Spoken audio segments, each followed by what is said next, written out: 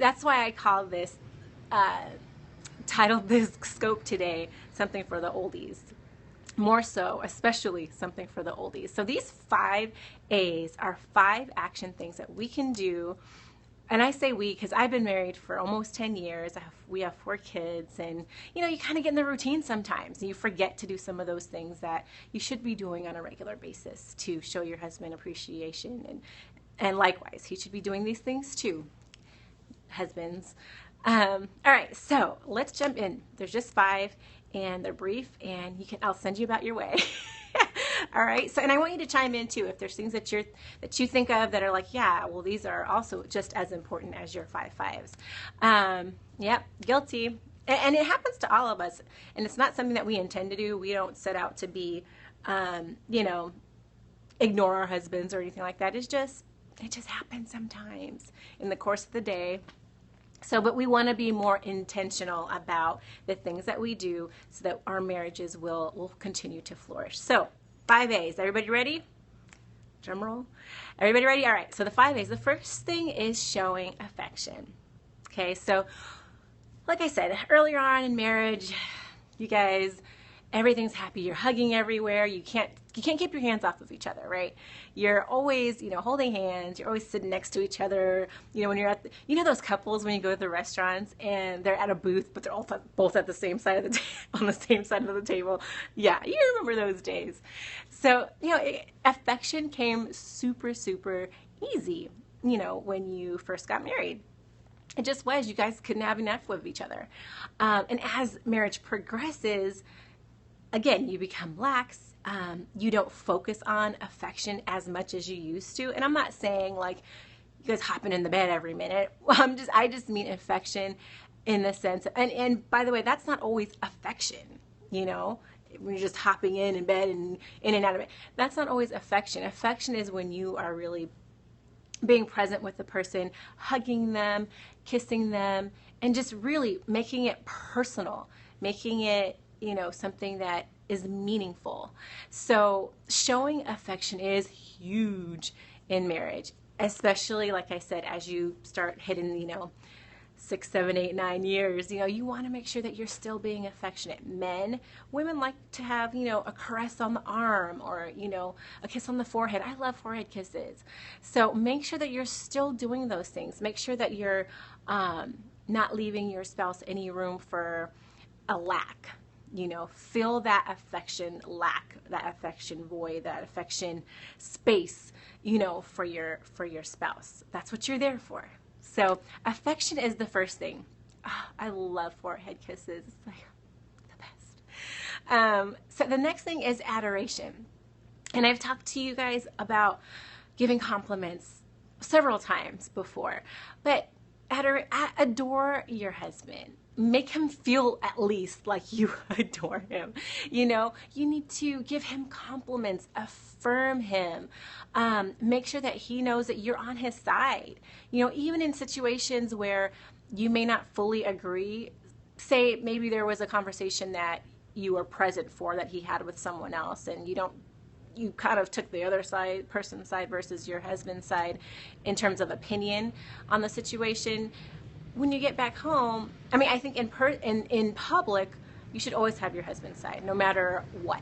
You should always have your husband's side, of course, barring anything illegal, but you should always have your husband's side, always be a support. When you get home, there's ways that you can tell him, I agree, I understand what you're saying, but I don't know if I agree, but in a way that doesn't make him feel any less, in a way that's not disrespectful, in a way that is affirming that his point of view you understand and it makes sense, but it's just simply not something that you particularly agree with. But so again, adoration, making sure that you affirm him in whatever the situation is. If you disagree, like I said, let him know, but do it in a way that's not breaking him down, so compliment him, tell him you like his haircut, tell him you like how he did his goatee or whatever, but make sure that you're letting him know that you notice, make sure he knows that you notice when he's doing something different, when he's changed this, when he's decided to do that. Take notice. When they smell good. Oh, is that a new cologne? It smells so good. Let them know that you notice some of the little things. My husband, when he gets home from getting his haircut, I always like make sure that I say, I like your haircut, because he likes it, and he likes to be told those things just like we do. Just like we like to be told that our eyebrows look good, they like to hear those things too. Not their eyebrows, but they like to hear that they look good. So adoration, affirmation, compliments, build your husband up. That's all it is. Whatever that means to you, build him up. Do it. Build him up. It will come back. It'll you'll be rewarded by that in the long term. The third thing is ask. Ask him if there's anything that you can do for him. It sounds like you're like, I'm not your maid, but ask him if there's something you can do for him. Sometimes my husband will get home from work and he'll sit on the couch after dinner, and it's something as simple as just saying, you want a glass of water? Like, whatever. I'm in the kitchen anyway. Let me just get. Do you want a glass of water? Do you want me to grab a blanket? Like, just little things that let him know that you are there to help him. You're there to be his helpmate. If he needs something, you're available to him. He's not burdening you. He's not causing you any extra work, any extra, fuss. He is there, or you are there to help him, to make life easier for the both of you, but to ease his load also, And the same, like I said, the same is true for husbands. Husbands, you should also be asking your wives, is there anything I can do for you? Do you need me to run to the store for you? You want me to cook tonight? Just simple things, simple things. But yeah, just do those things. Ask. And you know what? A lot of times they're like, no, I'm good. Or no, it's good. I'm fine. But you ask. It's the simple fact. It's the thought that counts. We hear it all the time. It's the thought that counts. So make sure that you're asking, is there anything I can do for you? And you don't have to say it in those words if that feels, a certain kind of weird way to you. Say it in your way, but say it in a way that gets the point across that he knows you're there and available to help him. Okay? And then the fourth thing is to apologize. I think there are a lot of times in relationships, just in general, where we say things or we do things not with an intention of hurting someone's feelings, or not with an intention of, making things difficult for the other party. But unfortunately, that is a result. We might take the car and our husband needed it to go somewhere for whatever reason, he will likely be upset when you get home and be like, I needed the car, so you want to make sure that you apologize, even for things that you didn't do intentionally, but regularly apologize. So even just saying something like, is there anything that I've done, or I apologize for anything that I might have done that, caused you extra work over here. I didn't mean to do that. Just apologize. You want to make it authentic, obviously. You're not just going to say, hey, I apologize for anything I ever did in our relationship. You want to be specific. But you want to make sure that you are apologizing, and that reinforces the fact that you care about how he feels. You care about him knowing that you are coming at him, or coming to this relationship from a place of his interest, thinking of him first, thinking of his well-being, so you're apologizing. And really what that's saying to him is, I want you to be okay. I want you to know that I don't have any ill will towards you, that I love you, all of those things. And like I said, you want to make sure that it's specific, you want to make sure that you are, giving a genuine apology. And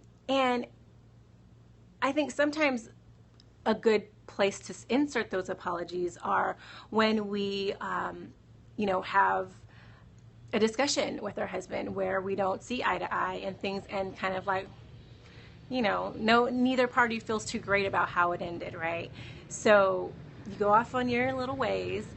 A day, once you've resolved the situation, even a day or so after that, just say, how we kind of went at each other the other day about yada yada. I'm sorry. I'm sorry. I just want you to know I didn't really mean the things that I said, and I didn't really want to hurt your feelings. So I'm sorry. So you're not rehashing the issue. You're not bringing it back up, drudging it up, nagging him about it. You're just saying you really do apologize for making him feel the way that he feels. So making sure that we apologize is super important.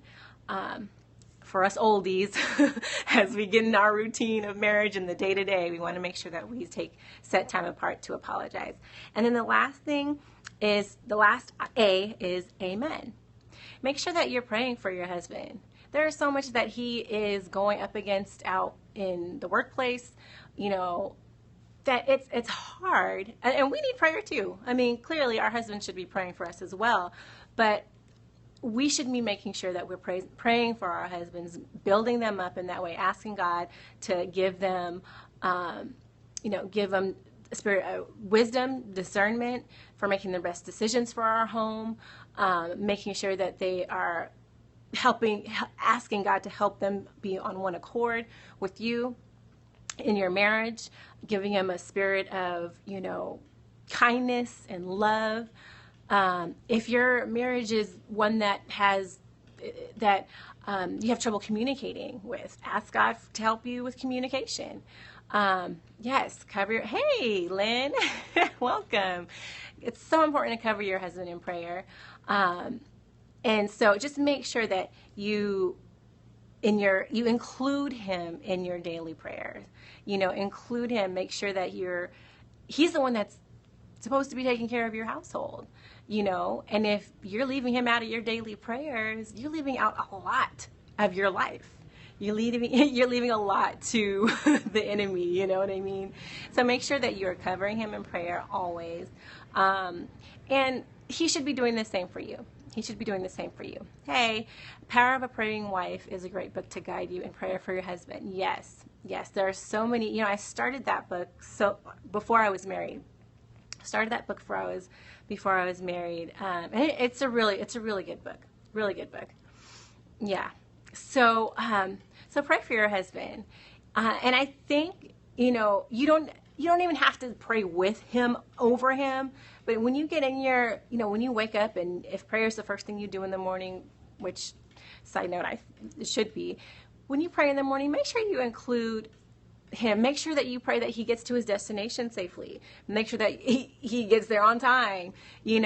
Help him to make it through the day with a good attitude and good spirit, and that he's not bombarded with, more than he can handle. So, amen is the last A that I have for you today. So they are affection, adoration, ask, apologize, and amen. So keep those 5 things handy. Like I said, when you're new in marriage, when you're in that honeymoon stage, it's easy. It's easy, you guys. When you get, 6, 7, 8, 9, 10 years, marriage becomes more routine. And again, it's not something that we set out to do. We don't set out to not show affection or not give adoration or not ask if we can do anything for our husbands. It just sometimes gets left out. And so we need to be mindful and intentional about our actions with our husbands on a daily, consistent, regular basis. I'll keep these in mind as I prepare for marriage. Yes. Okay, you guys, so I'll be back tomorrow. Something else good for you. Thank you for joining. If you're watching on replay, hearts count too. So thanks, you guys. Thanks for helping us out. You guys, and I'm not an expert. I just been married for almost 10 years, so I just share what works for us and what I know. But you're welcome. Thanks, Lynn. Thank you guys. All right, so I'll see you tomorrow around the same time. Till then, take care. Bye.